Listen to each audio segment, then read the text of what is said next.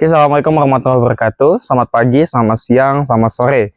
Yang saya hormati Bapak Dr. Muhammad Irfan, SHIM SY, selaku dosen mata kuliah Ulumul Hadis. Baik Bapak, ya, pada kesempatan ini saya akan menjelaskan makalah kelompok 7 yang bertemakan tentang Ulumul Hadis dan cabang-cabangnya. Hadis merupakan fondasi penting dalam tradisi keilmuan Islam yang tengah memainkan peran besar dalam membentuk arah dan juga keteguhan peradaban umat Islam. Dari sinilah ilmu hadis memperoleh gambaran yang lengkap tentang pribadi Rasulullah SAW, sang teladan utama dalam seluruh aspek kehidupan. Dan juga hadis-hadis Nabi ini tidak hanya menjadi pelengkap Al-Quran saja, tetapi juga berfungsi sebagai penjelas, sebagai penjelas, sebagai penguat, bahkan sebagai sumber hukum tersendiri. Dan juga dalam perkara-perkara yang tidak dijelaskan secara eksplisit, tidak dijelaskan secara eksplisit oleh Al-Quran, maka dia tidak berlebihan jika para ulama itu menyebutkan bahwa syariat Islam itu akan pincang jika hanya bersandar pada Al-Quran saja tanpa adanya hadis. Nah, dalam konteks inilah kita memahami urgensi ataupun kepentingan dalam kehormatan ilmu hadis. Tidak cukup bagi umat Islam hanya mengandalkan hafalan, ataupun tradisi secara lisan. Namun juga diperlukan disiplin dan juga metodologi yang ketat agar hadis-hadis yang kita terima itu benar-benar berasal dari Rasulullah SAW dan bukan hasil rekayasa, bukan hasil rekayasa sejarah ataupun manipulasi kepentingan tertentu. Maka dari sini lahirlah ulumul hadis, yaitu serangkaian cabang ilmu yang berkembang untuk menjaga orisinilitas dan juga akurasi dan otentisitas sabda Nabi. Ilmu ini tidak sekedar ilmu tekstual kawan-kawan semua, tapi juga ilmu kontekstual karena ia menyelami motif, latar belakang, dan juga jalur periwayatan suatu hadis. Nah, dalam perkembangannya, ulumul hadis itu terbagi dalam dua cabang. Ingat, terbagi dalam dua cabang. Yang pertama ada ilmu riwayah, dan juga ada yang kedua itu ada ilmu dirayah. Ilmu riwayah itu berkaitan langsung dengan periwayatan hadis, menyampaikan apa adanya seluruh rangkaian yang berasal dari Nabi SAW, baik berupa di perkataan, perbuatan, penetapan, dan juga hingga sifat-sifatnya. Sedangkan ilmu dirayah itu lebih bersifat analitis dan juga metodologis. Nah, dari sinilah diuji melalui perangkat keilmuan yang cermat. Termasuk menelaah sanad dan juga matan yang memahami struktur. Pertama ada bahasa serta konteks munculnya hadis tersebut. Nah, dari dua cabang besar ini lahirlah berbagai ilmu turunan yang membuktikan betapa seriusnya para ulama dalam menjaga hadis, Misalnya ada ilmu jar wa ta'dil, digunakan untuk mengevaluasi integritas perawi hadis, dan juga seorang perawi tidak hanya dinilai dari daya hafalannya saja, tapi juga dari ketakwaan, kejujuran, dan juga perilaku sosialnya, perilaku sosialnya. Lalu ada juga ilmu ilal hadis yang mengungkapkan cacat-cacat tersembunyi dalam sebuah sanad ataupun di sebuah matan. Hadis ini yang memungkinkan tidak terdeteksi oleh pembaca awam. Ilmu tahrij memungkinkan kita itu untuk apa sih? Kita itu untuk menelusuri asal-usul hadis dan juga mengetahui di mana hadis tersebut tercatat.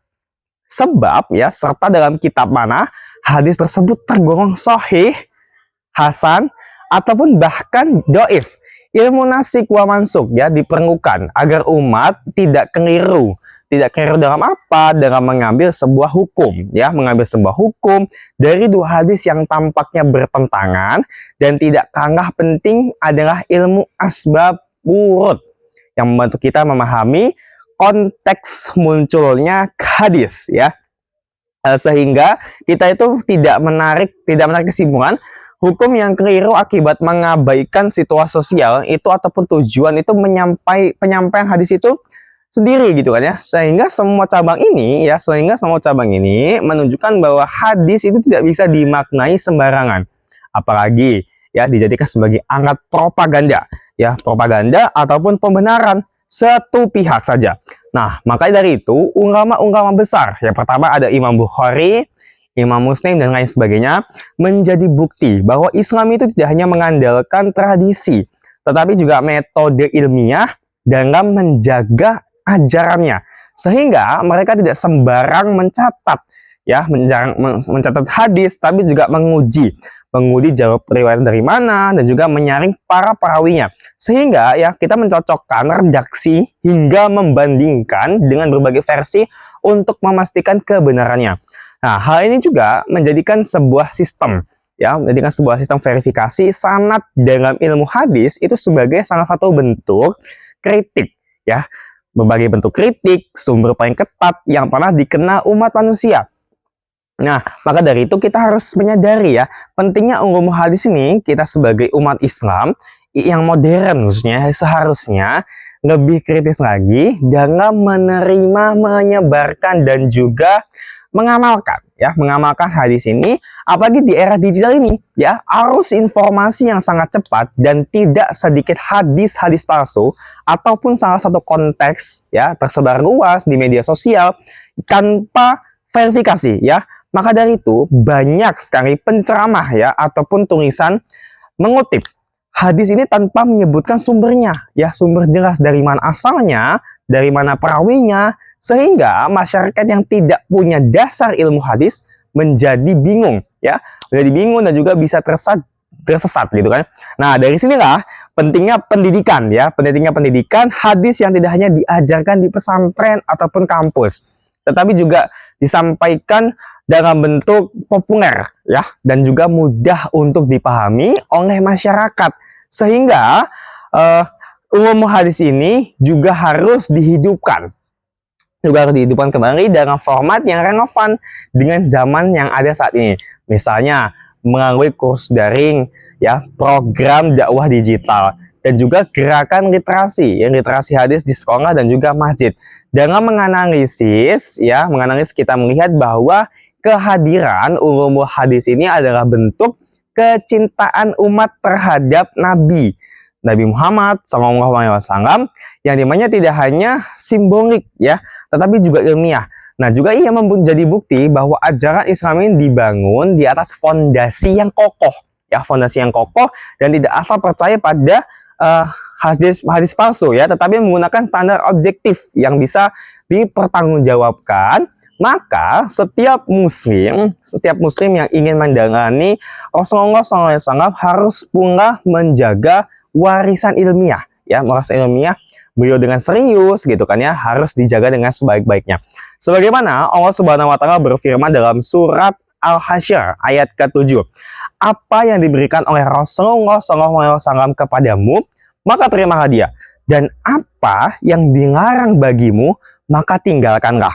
Ayat ini juga menegaskan posisi Rasulullah SAW itu sebagai penentu hukum dan juga teladan yang sangat sempurna, yang harus kita lakukan ucapannya, ya, wajib kita taati untuk menjaga otoritas Rasul ini. Maka hadis yang dinisbahkan kepadanya itu harus melalui proses yang panjang, ya, melalui proses verifikasi yang kuat, sehingga Rasulullah SAW ini sendiri memperingatkan umatnya dalam sabda beliau, barang siapa yang berdusta atas namaku dengan sengaja, maka hendaklah ia mengambil tempat duduknya di neraka. Nah, ini hadisnya meriwayatkan siapa? Hadis riwayat dari Bukhari dan juga Muslim. Nah, hadis ini menunjukkan bahwa berdusta atas Nabi itu bukanlah dosa biasa, ya. Ingat, berdusta dengan Nabi itu bukan dosa biasa, melainkan dosa besar yang berdampak pada keutuhan agama. Maka para ulama hadis itu dengan kerja keras dan juga ketelitian mereka sejatinya adalah penjaga keotentikan wahyu dan juga penerus misi kenabian. Nah, dalam menjaga kemurnian agamanya, Sebagai kesimpulan bahwa ilmu hadis ini adalah warisan ilmiah yang bukan hanya layak dipelajari, tetapi wajib dilestarikan, dan juga ia bukan sekedar pengetahuan, melainkan amanah. Ya, melainkan amanah peradaban dalam Islam di tengah arus globalisasi ini. Dan juga derasnya informasi keagamaan, dan juga ulum hadis ini memberikan kita sebuah cahaya dan juga alat untuk memilah mana yang benar, yang mana yang menyimpang. Melalui ilmu ini kita bukan hanya mengenal Rasulullah SAW secara lebih dekat, namun juga kita menjaga agar risalah beliau itu tetap hidup dan murni di hati umat hingga akhir zaman. Maka siapapun yang mengaku mencintai Nabi Muhammad SAW, hendaknya ia tidak berhenti pada pujian dan juga salawat, tapi juga bersungguh-sungguh dalam menjaga keaslian, dalam mempelajari dan juga mengamalkan ilmu-ilmu yang telah Nabi Muhammad SAW berikan kepada kita. Juga ilmu hadis adalah pintu mulia untuk itu. Mungkin cukup sekian dari saya. Apabila ada salah kata, saya mohon maaf. Saya akhiri. Assalamualaikum warahmatullahi wabarakatuh. Dan juga perkenalkan Bapak saya Muhammad Naufal Faroki dari kelas C HTN tahun 2024. Terima kasih.